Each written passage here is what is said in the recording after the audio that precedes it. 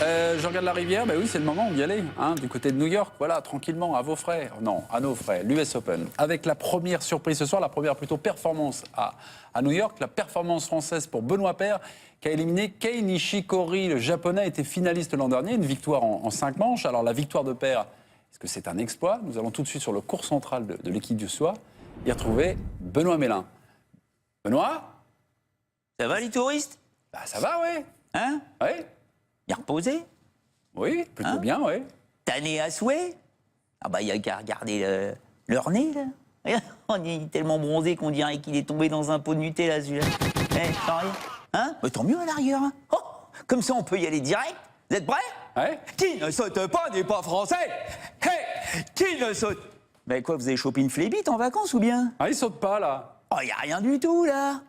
Parce que je peux te dire que les ricains, ils peuvent la ranger, leur bannière étoilée, là. Vous la voyez, là, en haut du Arthur Ashe Stadium, là? Hein? Parce que l'étoile du jour, elle est française. Et encore, je suis gentil. On n'est pas loin de la Voie lactée. Je sais pas si vous avez entendu les infos juste au début de l'émission. La Mladenovic, la Kiki, qui se bat Kuznetsova. Le Tsongi qui se promène contre Nieminen. Océane Daudin. 18 ans, première US Open, 128e joueuse mondiale, qui se tape Yelena Jankovic, 21e, la plus grosse perf de sa carrière, le Chardy, qui passe aussi.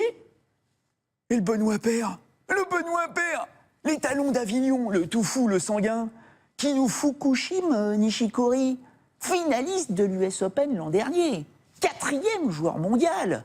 Jamais le Benoît, très joli prénom, soit dit en passant, jamais le Benoît n'avait battu un top 5 depuis le début de sa carrière. Jamais il n'avait même battu un top 10 dans un tournoi du Grand Chelem. Et là, sur le Louis Armstrong, il a lâché les chevaux dans une sorte de hurrah tennis en prenant un maximum de risques. En essayant de prendre la balle encore plus tôt que le japonais. Autant vous dire qu'il y a eu du déchet. 67 fautes directes en 3h15. Ce qui a permis à Nishikori de s'offrir 2 balles de match dans le tie-break du 4e set que le Benoît a sauvé.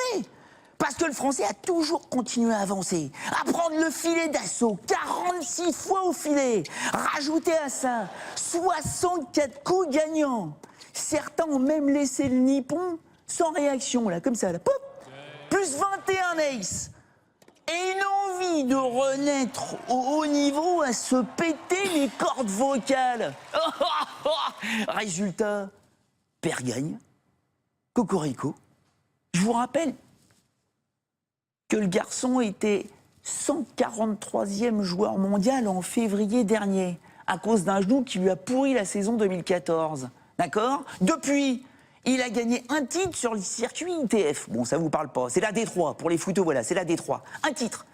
Après 2 titres sur le circuit Challenger, la D2.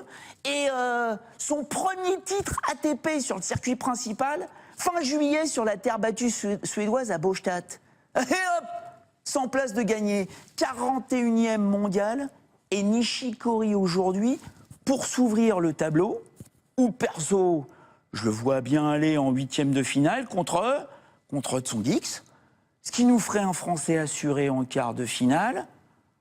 Ça voudrait dire peut-être même qu'on peut aller jusqu'en demi.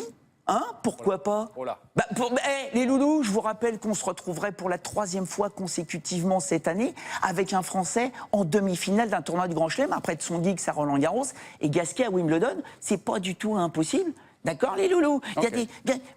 Il y a des jours comme ça qui t'euphorisent l'espoir. Okay. Qui ne saute pas, n'est pas français. Hey, réveillez-vous les loulous là, oh! On va se réveiller, vous inquiétez pas. Merci Benoît, impeccable. Bon, votre prono, ça va peut-être certainement porter chance à Benoît Paire, ou pas.